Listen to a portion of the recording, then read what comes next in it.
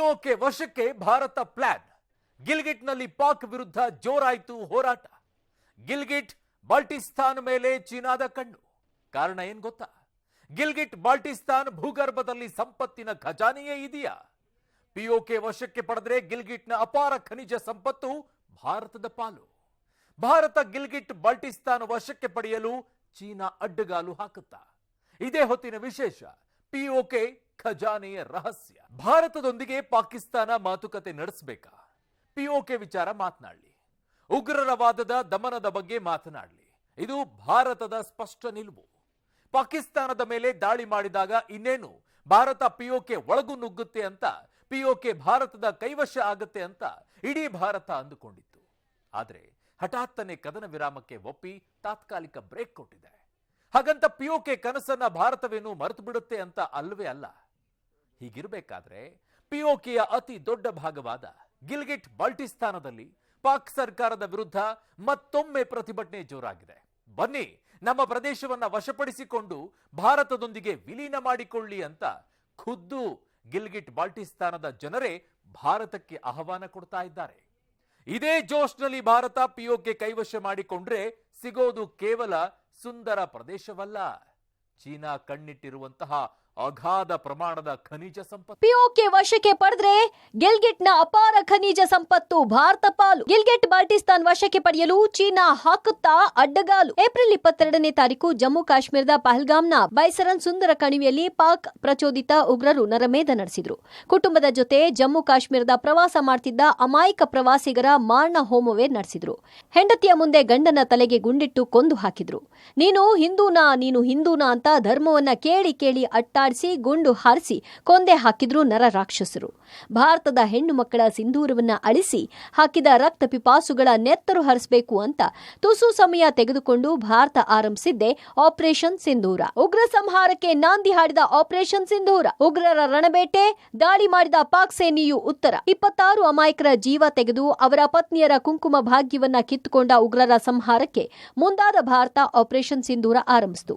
PoK ಮಾತ್ರವಲ್ಲ, ಪಾಕಿಸ್ತಾನದೊಳಗೂ ಇದ್ದ ಉಗ್ರರ ನೆಲೆಗಳನ್ನ ಗುರಿಯಾಗಿಸಿ ವಾಯು ದಾಳಿ ನಡೆಸಿತ್ತು ಭಾರತೀಯ ಸೇನೆ ಹಾಗೂ ವಾಯುಸೇನೆ. 9 ಉಗ್ರ ನೆಲೆಗಳನ್ನ ಉಡೀಸ್ ಮಾಡಿ 100ಕ್ಕೂ ಹೆಚ್ಚು ಉಗ್ರರನ್ನ ಜನ್ನತ್ಗೆ ಕಳಿಸಿತ್ತು.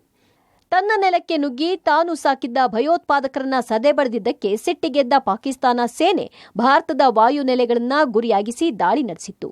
ಅದಕ್ಕೆ ಪ್ರತಿಯಾಗಿ ಭಾರತ ತನ್ನ ವಿರಾಟ ರೂಪ ತೋರಿಸಿ ಪಾಕ್ ವಾಯು ನೆಲೆಗಳನ್ನೇ ಧ್ವಂಸ ಮಾಡಿತ್ತು. ಭಾರತದ ಈ ರೌದ್ರಾವತಾರ ಕಂಡ ದೇಶದ ಜನತೆಗೆ ಆ ಕ್ಷಣದಲ್ಲೇ ದಶಕಗಳ ಕನಸು ನನಸಾಗುವ ದಿನ ಬಂದೇ ಬಿಡ್ತು ಅಂತ ಖುಷಿಪಟ್ಟಿದ್ರು. ಆ ಮಹದಾಸಿಯೇ ಪಿಒಕೆ ಭಾರತದ ಕೈವಶ ಆಗುವುದು. ಪಾಕನ್ನ ಬೆಂಡೆತ್ತುವಾಗಲೇ ಪಿಒಕೆ ಕನಸು ಕಂಡ ಭಾರತೀಯರು, ಹೌದಲ್ವಾ? ಪಾಕಿಸ್ತಾನದ ದಾಳಿಗೆ ಪ್ರತಿಕಾರವಾಗಿ ಭಾರತ ಪಾಕಿಸ್ತಾನದ ವಾಯುನೆಲೆಗಳು, ಯುದ್ಧ ವಿಮಾನಗಳು, ವಾಯು ರಕ್ಷಣಾ ವ್ಯವಸ್ಥೆಯನ್ನ ಟಾರ್ಗೆಟ್ ಮಾಡಿ ಭಯಾನಕ ದಾಳಿ ನಡೆಸಿದಾಗ ಈ ಬಾರಿ ಪಾಕಿಸ್ತಾನಕ್ಕೆ ಒಂದು ಗತಿ ಕಾಣಿಸುತ್ತೆ ಭಾರತ ಅಂತ ಕೋಟಿ ಕೋಟಿ ಭಾರತೀಯರು ಅಂದುಕೊಂಡಿದ್ರು. ಇದೇ ಒಳ್ಳೆಯ ಸಮಯ, ಇದಕ್ಕಿಂತ ಮತ್ತೊಂದು ಸುವರ್ಣಾವಕಾಶ ಬರಲ್ಲ. ಇದೇ ಹುರುಪಿನಲ್ಲಿ ಪಾಕ್ ವಶದಲ್ಲಿರುವ ಕಾಶ್ಮೀರವನ್ನ ವಶಕ್ಕೆ ಪಡ್ಕೋಬೇಕು ಅಂತ ಬಯಸಿತ್ತು. ಭಾರತ ರಕ್ಷಣಾ ಪಡೆಗಳು ಕೂಡ ಸರ್ವಸನ್ನದ್ಧವಾಗಿದ್ವು. ಆದರೆ ಭಾರತ ಕೊಟ್ಟ ಏಟಿಗೆ 3 ದಿನದಲ್ಲಿ ಮಂಡಿಯೂರಿದ ಪಾಕಿಸ್ತಾನ ಕೂಡಲೇ ಕದನ ವಿರಾಮಕ್ಕೆ ಭಾರತದ ಕಾಲಿಡಿದು ಅಂಗಲಾಚಿತ್ತು. ಅದಕ್ಕೆ ಒಪ್ಪಿದ ಭಾರತ ಪಾಕಿಸ್ತಾನಕ್ಕೆ ಜೀವದಾನ ಮಾಡಿತ್ತು. ಆದರೆ ಭಾರತೀಯರ ಮಹದಾಸೆಗೆ ಆ ಕ್ಷಣ ನೀರು ಎರಚಿದಂತೆ ಆಗಿ ಕದನ ವಿರಾಮ ಆಗಿದೆ ನಿಜ. ಆದರೆ ಪಾಕಿಸ್ತಾನವಾಗ್ಲಿ ಪಾಕ್ ಉಗ್ರರಾಗ್ಲಿ ಬಾಲ ಬಿಚ್ಚಿದ್ರೆ ತಕ್ಕ ಶಾಸ್ತಿ ಮಾಡ್ತೇವೆ. ಆಪರೇಷನ್ ಸಿಂಧೂರ ಮುಂದುವರೆದಿದೆ ಅಂತ ಭಾರತ ಹೇಳಿದ್ರಿಂದ ಸದ್ಯಕ್ಕೂ ಕೂಡ ಭಾರತೀಯರ ಪಿಒಕೆ ಕನಸು ಇನ್ನೂ ಹಾಗೇ ಇದೆ. पाकिस्तान की तरफ से जब ये कहा गया कि उसकी ओर से आगे कोई आतंकी गतिविधि और सैन्य दुस्साहस नहीं दिखाया जाएगा, तो भारत ने भी उस पर विचार किया. और मैं फिर दोहरा रहा हूं, हमने पाकिस्तान के आतंकी और सैन्य ठिकानों पर अपनी जवाबी कार्रवाई को अभी सिर्फ स्थगित किया है. आने वाले दिनों में हम पाकिस्तान के हर कदम को इस कसौटी पर मापेंगे कि वो क्या रवैया अपनाता। ವೀಕ್ಷಕರೇ, ನಮ್ಮ ನಾಯಕರೇನೋ ಆಪರೇಷನ್ ಸಿಂಧೂರ ಮುಗ್ದಿಲ್ಲ, ಉಗ್ರ ಸಂಹಾರ ಯಾಗ ಮುಂದುವರಿಯುತ್ತೆ. ಒಂದು ವೇಳೆ ಪಾಕಿಸ್ತಾನ ಮತ್ತೆ ತನ್ನ ಬುದ್ಧಿ ತೋರಿಸಿದ್ರೆ ಈ ಸಲ ಭಾರತ ಯಾವುದೇ ಕಾರಣಕ್ಕೂ ಹೆಜ್ಜೆ ಹಿಂದಿಡಲ್ಲ ಅಂತ ಪದೇ ಪದೇ ಹೇಳ್ತಿದೆ. ಹಾಗಾದ್ರೆ ಯಾವಾಗ ಪಾಕಿಸ್ತಾನದ ಮೇಲೆ ಭಾರತ ದಾಳಿ ಮಾಡುತ್ತೆ, ಯಾವಾಗ ಪಿಒಕೆನ ಕೈವಶ ಮಾಡಿಕೊಳ್ಳುತ್ತೆ ಅಂತ ಕಾಯ್ತಿದ್ದಾರೆ ಭಾರತೀಯರು. ಇದಕ್ಕೆ ತಕ್ಕಂತೆ ಭಾರತ ಕೂಡ ಪಾಕಿಸ್ತಾನದ ಜೊತೆ ಏನೇ ಮಾತನಾಡಬೇಕು ಅಂದ್ರೂ ಮೊದಲು ಪಿಒಕೆ ವಿಚಾರವನ್ನ ಮಾತನಾಡಬೇಕು ಅಂತ ಪಟ್ಟು ಹಿಡಿದಿದೆ. ಕದನ ವಿರಾಮಕ್ಕೆ ಅಂಗಲಾಚಿ ಪಾಕಿಸ್ತಾನ ಸದ್ಯಕ್ಕೆ ನಿಟ್ಟುಸಿರು ಬಿಟ್ಟಿದೆ. ಪಾಕಿಸ್ತಾನದ ಜೊತೆಗೆ ಮಾತುಕತೆ ಮಾಡಬೇಕಂದ್ರೆ ಅದು ಪಿಒಕೆ ವಿಚಾರವೇ ಆಗಿರಬೇಕು, ಉಗ್ರವಾದದ ದಮನಕ್ಕೆ ಸಂಬಂಧಿಸಿದ ವಿಚಾರವೇ ಆಗಿರಬೇಕು ಅಂತ ಭಾರತ ಸ್ಪಷ್ಟ ಮೆಸೇಜ್ ಪಾಸ್ ಮಾಡಿದೆ. ಆದ್ರೆ ಅಷ್ಟು ಈಸಿಯಾಗಿ ಪಾಕಿಸ್ತಾನ ಪಿಒಕೆನ ಬಿಟ್ಟು ಕೊಟ್ಟು ಬಿಡುತ್ತಾ, ಮಂತ್ರಕ್ಕೆ ಮಾವಿನಕಾಯಿ ಉದುರುತ್ತಾ ಎನ್ನುವಂತೆ ಮಾತಿಗೆ ಬಗ್ಗುತ್ತಾ ಹೇಳಿ ಪಾಕಿಸ್ತಾನ ಇಲ್ವೇ ಇಲ್ಲ. ಸೊ ಯುದ್ಧದಿಂದಲೇ ಪಿಒಕೆ ಭಾರತದ ಕೈವಶ ಆಗೋದು ಅಂತ ತಜ್ಞರು ಅಭಿಪ್ರಾಯ ಪಡ್ತಿದ್ದಾರೆ. ಪಿಒಕೆ ಬೇಕಂದ್ರೆ ಆಕ್ರಮಣ ಒಂದೇ ದಾರಿ ಅಂತ ಭಾರತೀಯರು ಹೇಳ್ತಿದ್ರೆ, ಇಂತಹ ಸಮಯದಲ್ಲಿ ಭಾರತದಲ್ಲಿ ಅಲ್ಲ, ಖುದ್ದು ಪಾಕಿಸ್ತಾನ ಆಕ್ರಮಿತ ಕಾಶ್ಮೀರದ ಜನರೇ ಹೇಳ್ತಿದ್ದಾರೆ. ಪಾಕಿಸ್ತಾನದ ಮೇಲೆ ದಾಳಿ ಮಾಡಿ ಪಿಒಕೆಗೆ ನುಗ್ಗಿ ನಮ್ಮ ಪ್ರದೇಶವನ್ನ ವಶಪಡಿಸಿಕೊಂಡು ಭಾರತದೊಂದಿಗೆ ವಿಲೀನ ಮಾಡಿಕೊಳ್ಳಿ ಅಂತ ಆಹ್ವಾನ ಕೊಡ್ತಿದ್ದಾರೆ. ಆ ಪ್ರದೇಶವೇ ಆಕ್ರಮಿತ ಕಾಶ್ಮೀರದ ದೊಡ್ಡ ಪ್ರದೇಶ, ಗಿಲ್ಗಿಟ್ ಬಾಲ್ಟಿಸ್ತಾನ್. ಪಾಕ್ ಆಕ್ರಮಿತ ಕಾಶ್ಮೀರ ವಶಕ್ಕೆ ಭಾರತ ಪ್ಲಾನ್. ಗಿಲ್ಗಿಟ್ನಲ್ಲಿ ಪಾಕ್ ವಿರುದ್ಧ ಜೋರಾಯಿತು ಹೋರಾಟ. ಭಾರತ ಪಾಕಿಸ್ತಾನದ ನಡುವೆ ಒಂದು ಹಂತದ ಸಂಘರ್ಷ ನಡೆದು ಕದನ ವಿರಾಮ ಇದ್ರೂ ಕೂಡ ಪಿಒಕೆ ಎಂದಿಗೂ ಭಾರತದ ಅವಿಭಾಜ್ಯ ಅಂಗವೇ ಅಂತ ಭಾರತ ಪದೇ ಪದೇ ಪ್ರಸ್ತಾಪಿಸುತ್ತಿದೆ. ಮಾತುಕತೆಯ ಮೂಲಕವೇ ಮರ್ಯಾದೆಯಿಂದ ಪಿಒಕೆಯನ್ನ ಬಿಟ್ಟುಕೊಡಿ ಅಂತ ಭಾರತ ಸಂದೇಶ ರವಾನಿಸಿದೆ. ಒಂದಲ್ಲ ಒಂದು ದಿನ ಭಾರತ ಪಿಒಕೆ ವಶಪಡಿಸಿಕೊಳ್ಳುತ್ತೆ ಅಂತ ಖುದ್ದು ಪಾಕಿಸ್ತಾನಕ್ಕೆ ಅನಿಸಿದೆ. ಇಂತಹ ಪರಿಸ್ಥಿತಿಯಲ್ಲಿ ಪಿಒಕೆಯ ಅತಿದೊಡ್ಡ ಪ್ರದೇಶವಾಗಿರುವ ಗಿಲ್ಗಿಟ್ ಬಾಲ್ಟಿಸ್ತಾನದಲ್ಲಿ ಪಾಕ್ ಸರ್ಕಾರದ ವಿರುದ್ಧ ಮತ್ತೊಮ್ಮೆ ದೊಡ್ಡ ಮಟ್ಟದಲ್ಲಿ ಪ್ರತಿಭಟನೆ ನಡೀತಾ ಇದೆ.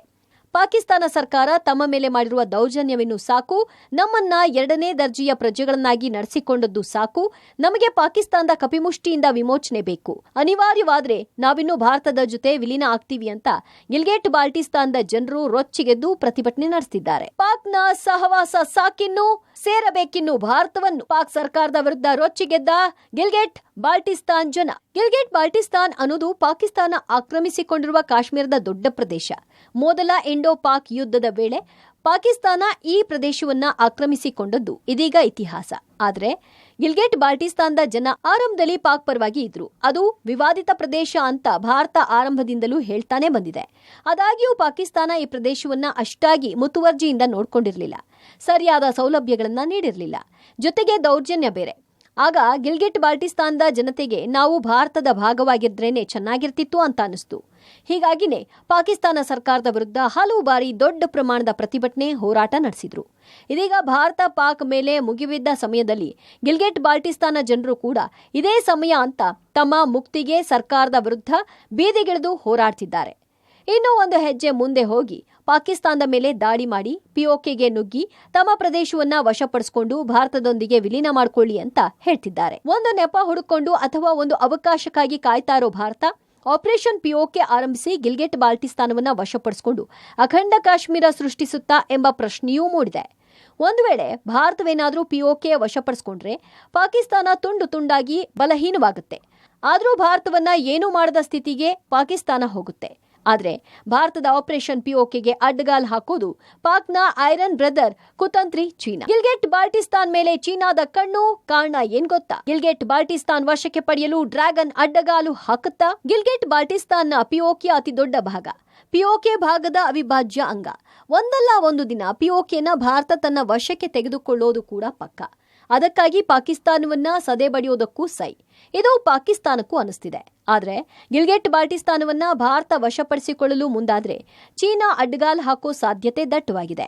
ಪಾಕಿಸ್ತಾನಕ್ಕೆ ಸಾಮರ್ಥ್ಯವಿಲ್ಲದಿದ್ರೂ ಬೇಕಾದ ಮಿಲಿಟರಿ ನೆರವು ನೀಡಿ ಭಾರತದ ವಿರುದ್ಧ ಯುದ್ಧ ಮಾಡಿಸಲು ಮುಂದಾಗುವ ಸಾಧ್ಯತೆ ಇದೆ.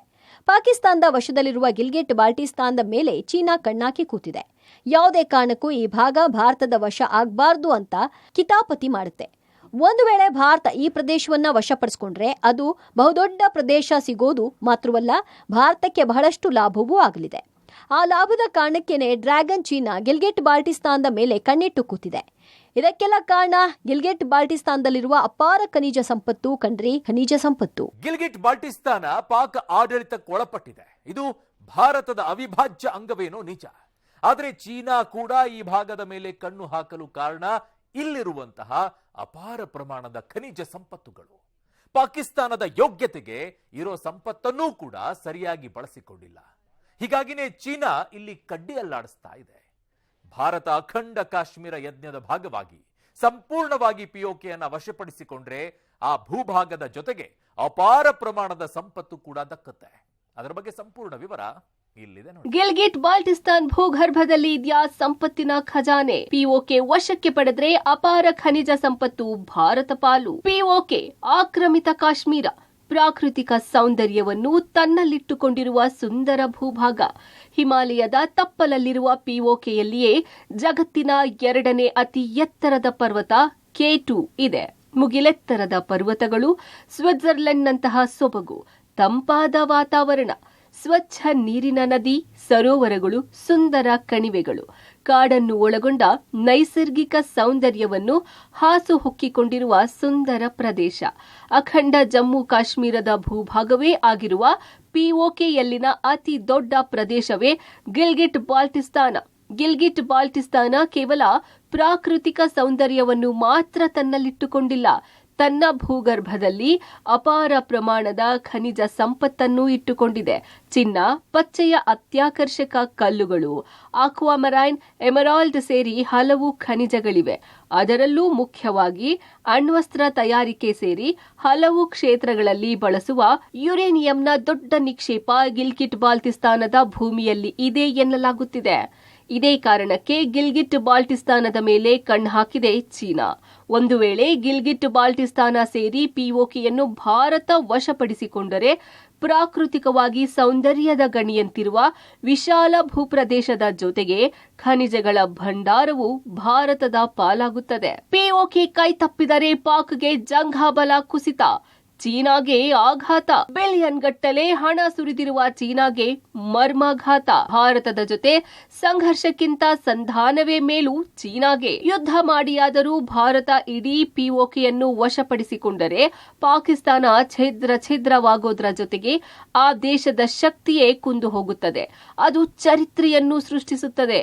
ಇದು ಪಾಕಿಸ್ತಾನಕ್ಕೆ ಅತಿ ದೊಡ್ಡ ಆಘಾತ ಅನ್ನೋದ್ರಲ್ಲಿ ಎರಡು ಮಾತಿಲ್ಲ.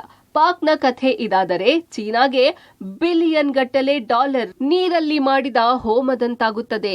ಚೀನಾದ ಮಹತ್ವಾಕಾಂಕ್ಷಿ China Pakistan economic corridor CPEC ಯೋಜನೆಗೆ ಇದು ದೊಡ್ಡ ಹೊಡೆತ. ಸುಮಾರು $60 ಬಿಲಿಯನ್ ಹಣ ಹಾಕಿ ಈ ಯೋಜನೆಯನ್ನು ಚೀನಾ ಆರಂಭಿಸಿದೆ. ಚೀನಾದ ಪಾಲಿಗೆ ಗಿಲ್ಗಿಟ್ ಬಾಲ್ಟಿಸ್ತಾನ ಅನ್ನೋದು ಸಿಪೆಕ್ ಯೋಜನೆಯ ಹೆಬ್ಬಾಗಿಲು. ಪಾಕಿಸ್ತಾನದಲ್ಲಿ ಟಿಟಿಪಿ ಉಗ್ರರು, ಬಲೋಚ್ ಹೋರಾಟಗಾರರ ದಾಳಿಯಿಂದಾಗಿ ಕುಂಟುತ್ತಾ ಸಾಗುತ್ತಿರುವ ಸಿಪೆಕ್ ಯೋಜನೆಗೆ ಒಂದು ವೇಳೆ ಪಿಒಕೆ ಭಾರತದ ವಶವಾದರೆ ದೊಡ್ಡ ಹೊಡೆತ ಬೀಳೋದಂತೂ ಗ್ಯಾರಂಟಿ. ಪಾಕಿಸ್ತಾನದಿಂದ ಪಿಒಕೆ ಕೈತಪ್ಪಿ ಹೋದರೆ ಚೀನಾದ ಎದುರು ಇರೋದು ಎರಡೇ ಮಾರ್ಗ. ಒಂದು, ಭಾರತವನ್ನು ಎದುರು ಹಾಕಿಕೊಂಡು ಪಿಒಕೆಯನ್ನು ಪಾಕಿಸ್ತಾನಕ್ಕೆ ಕೊಡಿಸಿ ತನ್ನ ಆಧಿಪತ್ಯ ಉಳಿಸಿಕೊಳ್ಳೋದು. ಆದರೆ ಭಾರತದಂತಹ ದೈತ್ಯ ಶಕ್ತಿಯನ್ನು ಚೀನಾ ಎದುರು ಹಾಕಿಕೊಳ್ಳೋದು ಅನುಮಾನ. ಇನ್ನು ಉಳಿದಿರೋ ಮತ್ತೊಂದು ದಾರಿ ಅಂದ್ರೆ ಭಾರತದೊಂದಿಗೆ ಒಪ್ಪಂದ ಮಾಡಿಕೊಂಡು ತನ್ನ ಯೋಜನೆಯನ್ನು ಮುಂದುವರೆಸುವುದು. ವೀಕ್ಷಕರೇ, ಪಾಕಿಸ್ತಾನದ ನಸೀಬು ಕೆಟ್ಟು ಬಲೂಚಿಸ್ತಾನವೂ ಕೂಡ ಸಂಪೂರ್ಣವಾಗಿ ಕೈತಪ್ಪಿ ಹೋಗಿ ಬಲೂಚಿಸ್ತಾನ ಸ್ವತಂತ್ರ ದೇಶವಾದರೆ ಅಲ್ಲೂ ಕೂಡ ಚೀನಾಗೆ ರಾಜಿ ಮಾಡಿಕೊಳ್ಳುವುದು ಬಿಟ್ಟು ಬೇರೆ ದಾರಿಯೇ ಇರದು. ಭೌಗೋಳಿಕವಾಗಿಯೂ ಗಿಲ್ಗಿಟ್ ಬಾಲ್ಟಿಸ್ತಾನ ಭಾರತಕ್ಕೆ ಮುಖ್ಯ.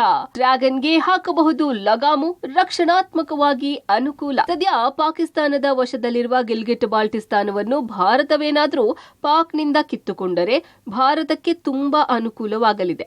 ಅಫ್ಘಾನಿಸ್ತಾನವನ್ನು ನೇರವಾಗಿ ಪ್ರವೇಶಿಸಲು ಸಾಧ್ಯವಾಗುತ್ತದೆ. ಆ ಮೂಲಕ ಇನ್ನಿತರ ದೇಶಗಳಿಗೂ ಸಂಪರ್ಕ ಕಲ್ಪಿಸುವ ಒಂದು ರಹದಾರಿ ಭಾರತಕ್ಕೆ ಸಿಕ್ಕಂತಾಗುತ್ತದೆ. ಆ ದೇಶಗಳೊಂದಿಗೆ ವ್ಯಾಪಾರ ಮಾಡಲು ಸಹಕಾರಿಯಾಗುತ್ತದೆ. ಇದು ಮಾತ್ರವಲ್ಲ, ಲಡಾಖ್ ಪ್ರಾಂತ್ಯದ ಗಡಿ ಭಾಗದಲ್ಲಿ ಕಿರಿಕ್ ಮಾಡೋ ಚೀನಾಗೆ ಗಿಲ್ಗಿಟ್ ಬಾಲ್ಟಿಸ್ತಾನದಲ್ಲಿ ಲಗಾಮು ಹಾಕಿ ಕಂಟ್ರೋಲ್ನಲ್ಲಿ ಇಟ್ಟುಕೊಳ್ಳಲು ಸಾಧ್ಯವಾಗಬಹುದು. ಪಿಒಕೆಯಲ್ಲಿ ಬೇರು ಬಿಟ್ಟಿರುವ ಉಗ್ರರನ್ನು ಸಂಹಾರ ಮಾಡುತ್ತಾ ಆ ಪ್ರದೇಶದಲ್ಲಿ ಶಕ್ತಿ ಕಳೆದುಕೊಂಡಿರುವ ಪಾಕಿಸ್ತಾನವನ್ನು ಮತ್ತಷ್ಟು ಮಂಡಿಯೂರುವಂತೆ ಮಾಡಬಹುದು. ಎಲ್ಒಸಿ ಬದಲಾಗಿ ಪಾಕಿಸ್ತಾನವನ್ನೇ ಅಂತಾರಾಷ್ಟ್ರೀಯ ಗಡಿ ರೇಖೆಯನ್ನಾಗಿ ಮಾಡಿಕೊಳ್ಳಲು ಸಾಧ್ಯವಾಗುತ್ತದೆ. ಒಟ್ಟಿನಲ್ಲಿ ಅಖಂಡ ಕಾಶ್ಮೀರ ನಿರ್ಮಾಣವಾದರೆ ಸಾಕಷ್ಟು ಅನುಕೂಲಗಳ ಜೊತೆಗೆ ಪಿಒಕೆಯ ಖನಿಜ ಖಜಾನೆ ಭಾರತದ ಪಾಲಾಗುತ್ತದೆ.